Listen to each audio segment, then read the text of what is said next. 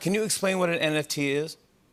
Well, it's a non-fungible token. Non-fungible. Yes. Okay. NFT. NFTs. NFTs. NFTs. The NFTs. As an NFT. NFTs. NFTs. The NFT and called NFT. And NFTs. NFTs, or non-fungible tokens. And I want to give one to everyone in the audience. Everyone gets an NFT? Yes, everyone. Everyone gets an NFT today. I might be a little late to the game, but lately I've been seeing everyone from celebrities, business coaches, and influencers talk about NFTs, a $13 billion marketplace. There is some really big hype around NFTs and digital art, and it feels like if you don't get in now, you're gonna miss out on this cultural phenomenon. But what the heck is an NFT anyway? Since I didn't understand anything about any of this, I decided to dive deep into it and spent hours researching the topic.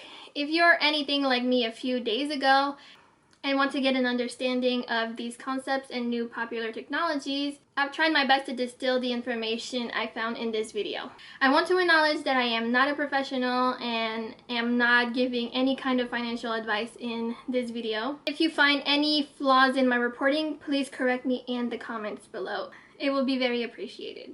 In today's video, we will first go over what NFTs and blockchains are, then we'll go over some of the common critiques of the use of such technologies such as environmental impact and their implicit inclusionary nature, the inherent risk of a speculative market like NFTs, the propensity of scam and fraud, as well as the potential future of NFTs and similar technologies. So if you want to skip to the section that most interests you, there will be timestamps in the video bar as well as in the description box, along with some additional resources. Make sure you stay till the end if you want to understand if this is the peak of a tech bubble or the eve of a complete digital revolution. None of the information shared in this video should be construed as financial advice. You are highly encouraged to think critically, ask lots of questions, do your own research, and consult with qualified professionals before forming an opinion on the subject matter and before making financial decisions.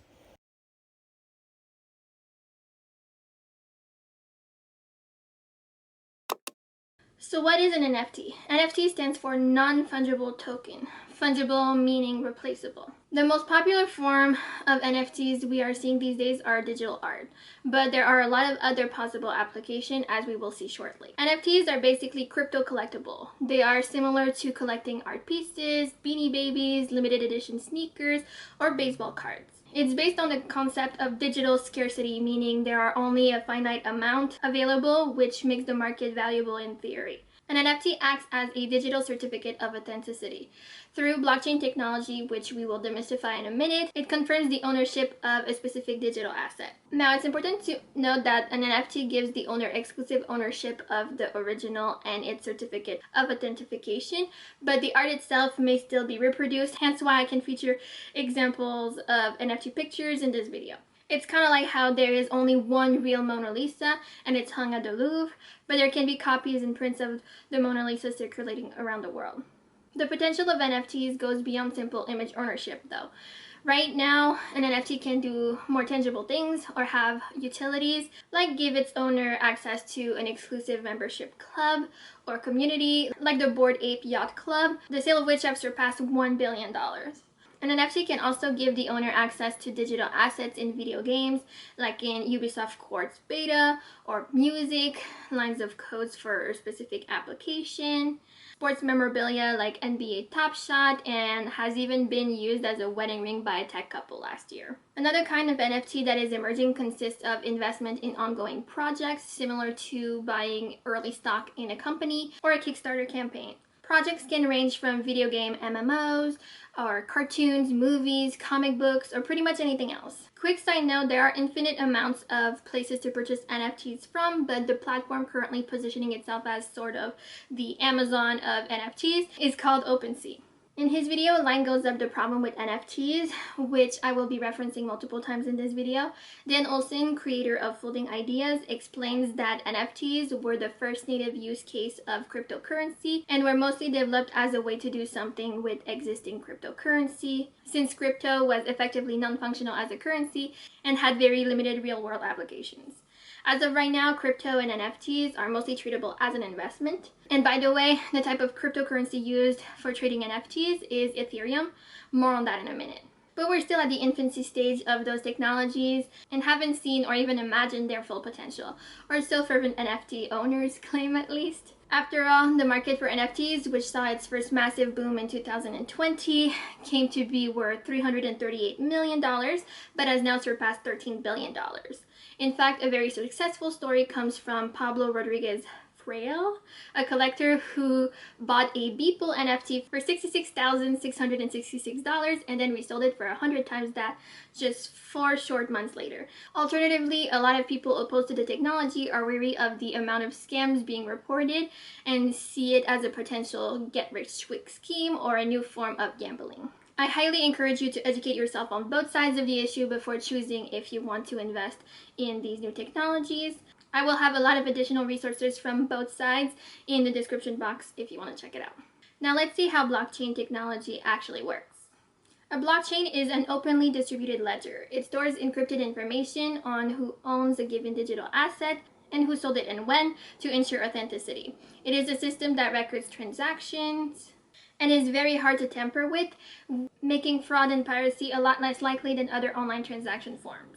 Blockchains are very hard to tamper with because they are decentralized, meaning they are being distributed in multiple places. This video, by Simply Explained, goes into a lot more details about blockchain's function, and I will be linked down below.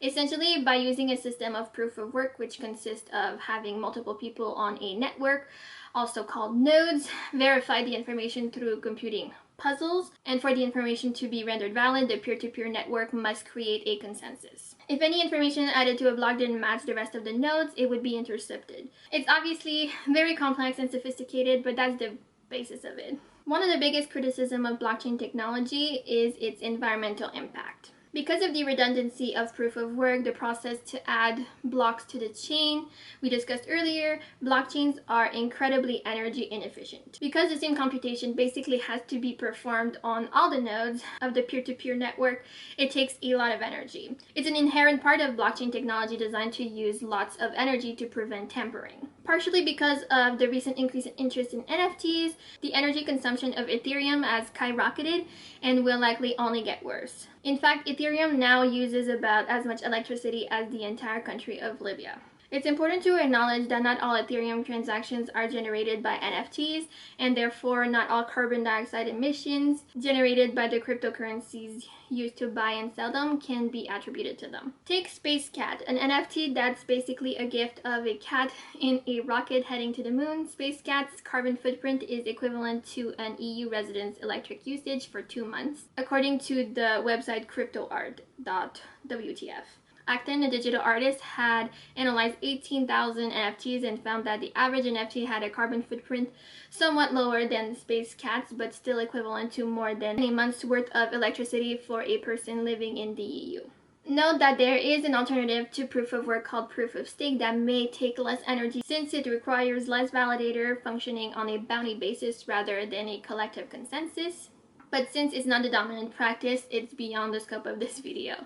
Other potential solutions include building another layer on top of existing blockchains, allowing transactions to happen off-chain. Not too sure what this means.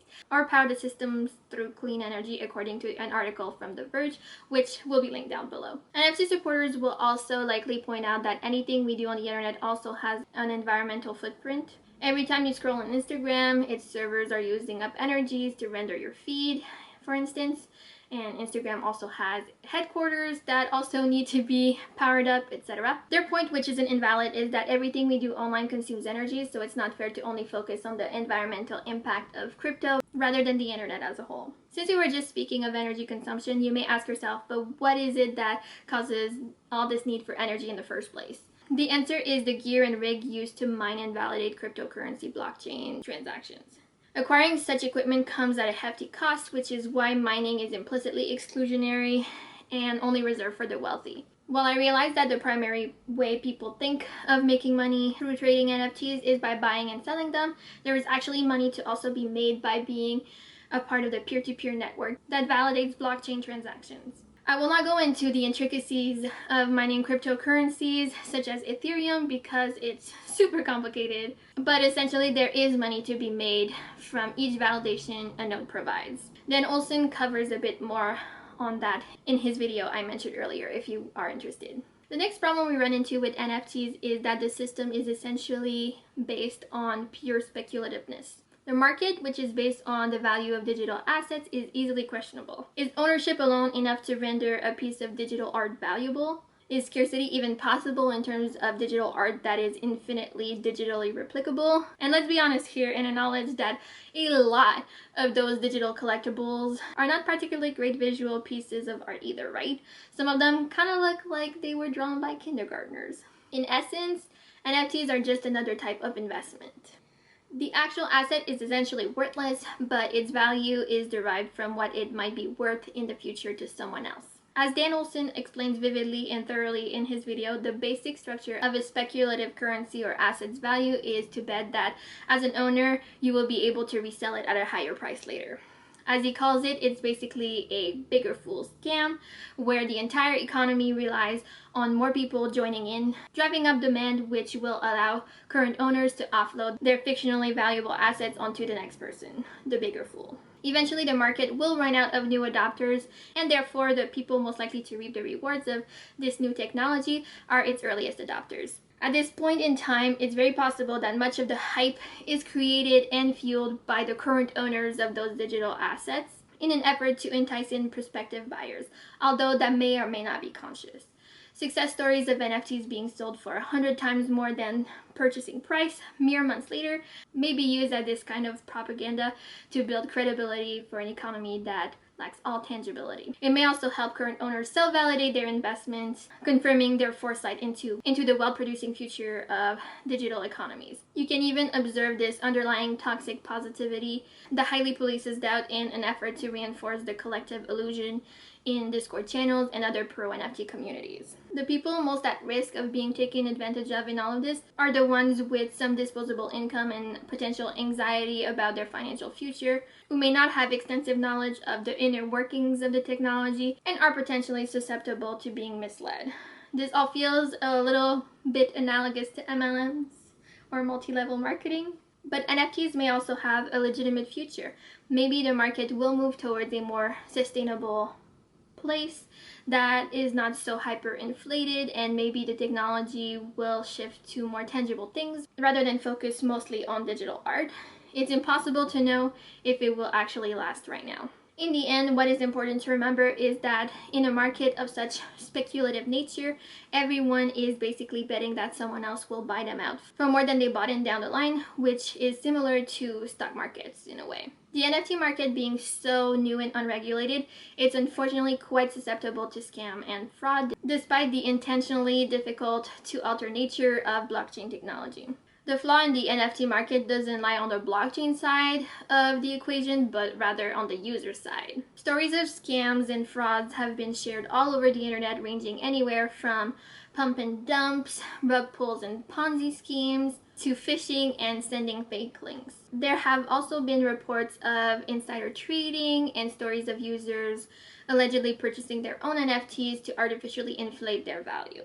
And because of the unregulated nature of the market and its lack of governing authority, there are basically no recourses for victims of these scams aside from sharing their stories on social media in hopes it will handicap scammers' ability to perpetrate their schemes. There's also numerous stories of NFT projects raising large amounts of capital and then canceling the projects and the owner walking away with all the money, and the owner of the project's NFTs being left with completely useless and worthless assets. Recent examples include NBA star De'Aaron Fox and porn star Lana Rhoades, who each pocketed $1.5 million for their respective projects before ditching them.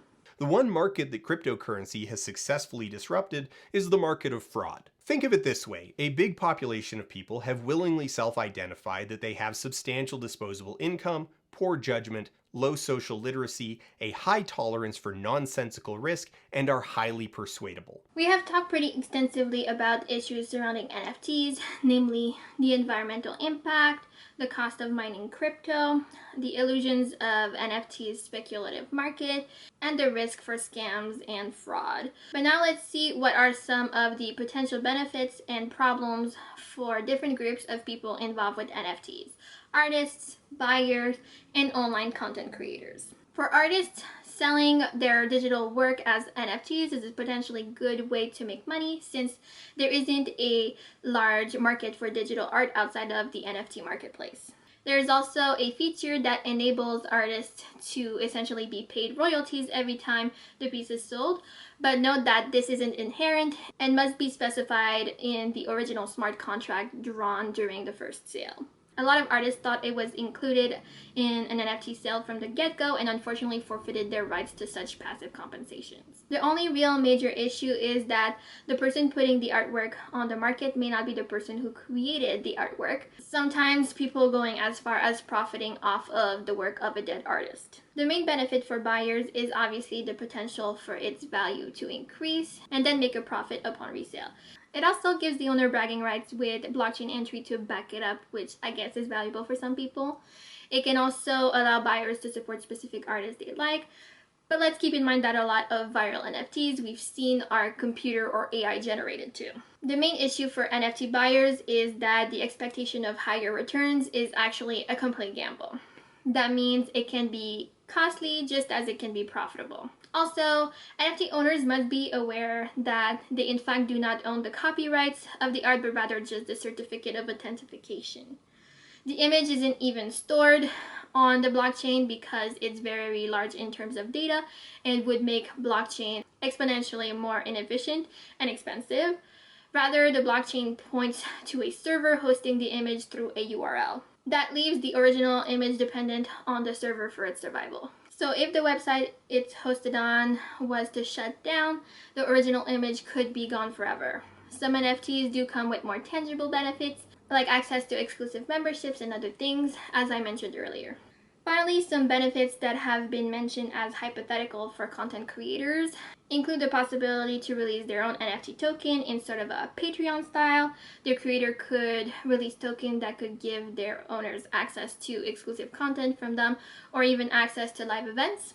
It would also allow supporters to buy NFTs from smaller creators and let their value accrue as the creators grow.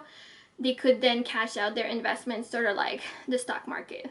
This last possibility does sound a little bit like Black Mirror to me, in the way creators' self-branding efforts become even more commodified. Now, I kind of want to sidebar for a couple minutes before concluding this video to talk about Web3 and decentralization, even though it doesn't quite fit seamlessly with the rest of the video.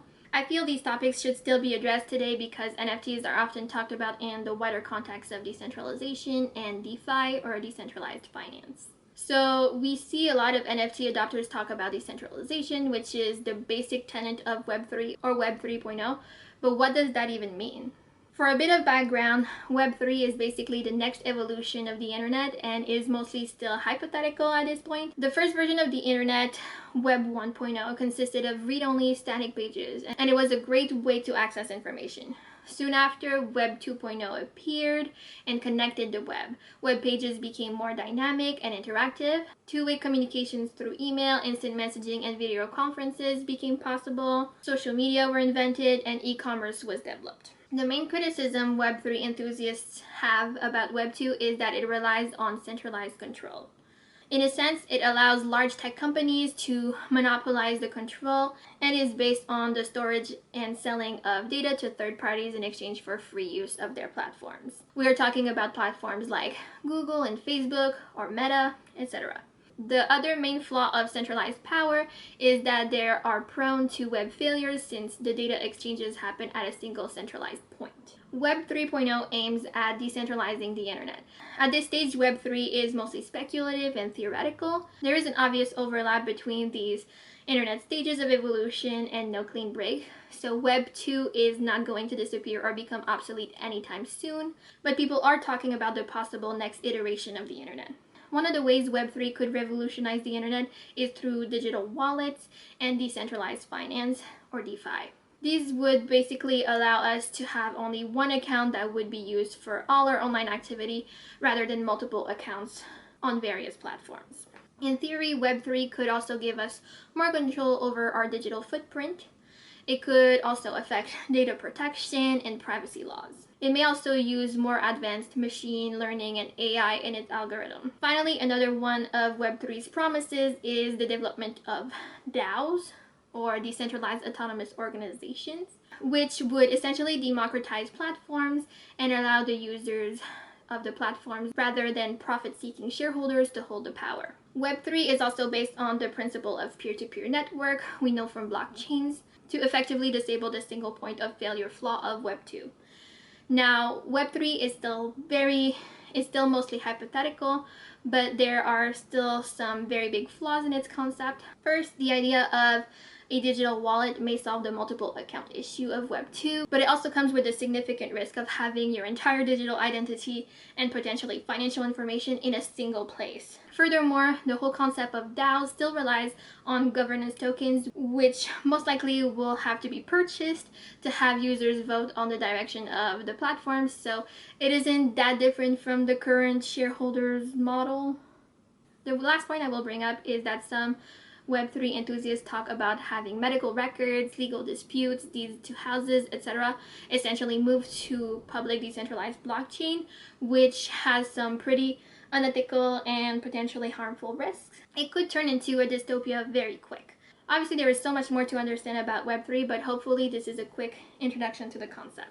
I will be doing kind of a follow-up discussion on all of these things on my Patreon, so if you would like to join my Patreon so you can have access to exclusive videos like that where we can go into more details, I can be a little bit more candid and share my own opinions about subjects that I cover, even though, I mean, this video is pretty biased still, but yeah, there's more to say, and so if you want to join in on the conversation, then definitely head over to Patreon so you can see that video. In closing, some major flaws of NFTs that should not be understated are the inherent security flaws, their environmental impact, the risk for scams and fraud, and the risk of investing in a speculative market. Additional flaws I did not have time to go over at length today include the issue with privacy of an openly distributed ledger and the potential risk for harassment, and also other potential flaws of blockchain technology. Ultimately, with NFTs, you may win big, but you could also lose it all. Lastly, I want to acknowledge one more time that I am not an expert, and this video is only intended to give you a general idea of what NFTs are. Everything is infinitely more complex, unfortunately. So yeah, I'm not an expert or a professional. I do have half a finance degree under my belt from a few years ago before I switched majors, but I am completely out of my depth with all of this, and I am completely unqualified not only to give financial advice but also to interpret any financial trend. So if I made any mistakes, I deeply apologize and please correct me. Hopefully this was somewhat insightful. Also, don't click any crypto/NFT links in the comments. They're probably scams. That seems to be happening all over NFT videos. Let me know your thoughts in the comments. Thank you for watching. I found so many similarities with MLMs, it's painful. This is probably the greatest opportunity for financial freedom and wealth distribution that we will ever have in our lifetime. Because most people have debt, and debt is the antithesis of what Bitcoin is. We've watched part 6 and are still answering yes. There's already a influencer stock market, which is so fucked up. It's called BitClout.